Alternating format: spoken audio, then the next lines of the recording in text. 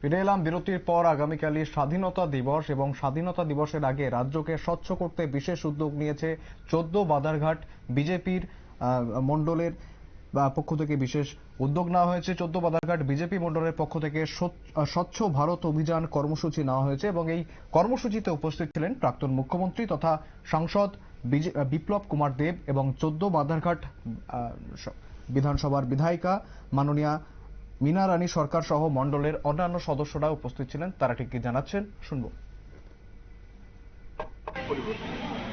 আজকে আমরা যখন চলি রাস্তাঘাটে দেখবেন, আপনার চোখেও পড়বে না যে কোনো কিছু আপনি একটা বিস্কিট খেয়েছেন বা কলা খেয়েছেন, চিলকার ঠাস করে ফেলে দেন। এই পরিবর্তনটা মাননীয় প্রধানমন্ত্রী করেছেন।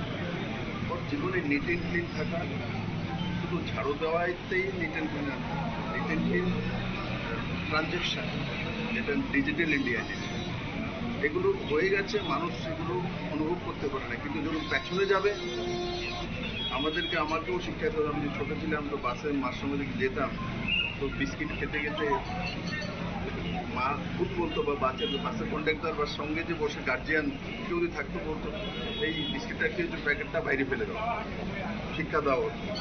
আজকে কোনো মা বা কোনো ছেলে এই ধরনের প্রশ্ন করে না, এই ধরনের কথাও বলে না। সেটা হচ্ছে স্বচ্ছ ভারতের মূল যে পরিবর্তন মাননীয় প্রধানমন্ত্রী করে দেখিয়েছেন। একটি কঠিন কাজ, তার জন্য কোনো আইন কানুন বানানো হয়, কোনো ধারা নেই। তার জন্য আপনি ফেলে দিলে জরিমানা হবে, ভারতবর্ষে কোনো জায়গা নেই। কিছু কিছু জায়গা রেস্ট্রিক্টেড থাকে, কিন্তু এমনিতে রাস্তা দিয়ে যাওয়ার সময় আপনি বিস্কিটকে ফেলে দেবেন, তার জন্য জরিমানা ত্রিপুরার সরকারের নেই। কিন্তু আজকে এই সিনটা আপনি দেখবেন না, মাও এমন শিক্ষা দেন। এই যে জিনিসটা পরিবর্তন হয়েছে, এটা নরেন্দ্র ভাই মোদীর প্রেরণা হয়েছে, ওনার মাধ্যমে হয়েছে। আর তারই অঙ্গ হিসাবে আমার কালী মন্দির, পুরনো কালী মন্দির, সবাই সেই কালীমাকে মানে, আমিও মানি।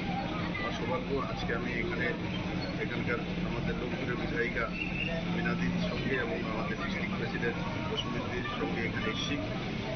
আমি আশা করি সেটা আমি যেটা করলাম এটা একটা সিম্বলিক।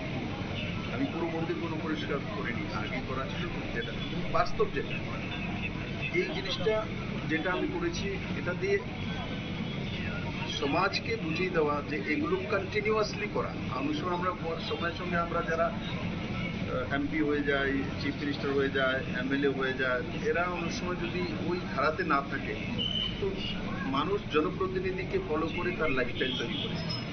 তার জন্য এগুলো আমাদের করতে হয়। ভারতীয় জনতা পার্টি এমন একটা পার্টি, ভারতবর্ষকে বোঝে, ভারতবর্ষের সিস্টেমকে বোঝে, ভারতবর্ষের কৃষ্টি সংস্কৃতি ব্যবস্থাকে বোঝে। দেখুন, স্বচ্ছ ভারত অভিযানে কংগ্রেস সিপিএম নেই, স্বচ্ছ ভারত অভিযানে ইন্ডিয়া গঠবন্ধনে কেউ নেই। এরা স্বচ্ছ ভারত অভিযান, স্বচ্ছ ভারত করলে তো এদের চলতেই পারবে না। চারা ঘোটালা কে করবে, ইউরিয়া ঘোটালা কে করবে, কোল ঘোটালা কে করবে, 2G ঘোটালা কে করবে, 3G ঘোটালা কে করবে? মানে এমন কোনো জায়গা নেই, এরা শুধু করাপশন। একবারে শুনলেন প্রাক্তন মুখ্যমন্ত্রী তথা সাংসদ বিপ্লব কুমার দেব। তিনি কি জানাচ্ছেন, শুধু প্রশাসন একা এই ভারতকে স্বচ্ছ করতে পারবে না, পাশাপাশি নাগরিককেও কিন্তু সমানভাবে দায়িত্ব নিতে হবে এবং নাগরিককে সেই দায়িত্ব নেওয়ার কথা, নাগরিককে সেই দায়বদ্ধতার কথা, সেটাও কিন্তু তিনি জানাচ্ছেন। সবাইকে একসঙ্গে এসে গোটা দেশ, গোটা রাজ্যকে স্বচ্ছ করার ডাক দিয়েছেন বিপ্লব কুমার দেব। ফিরে আসছে একটি বিরতির পর, সঙ্গে থাকুন।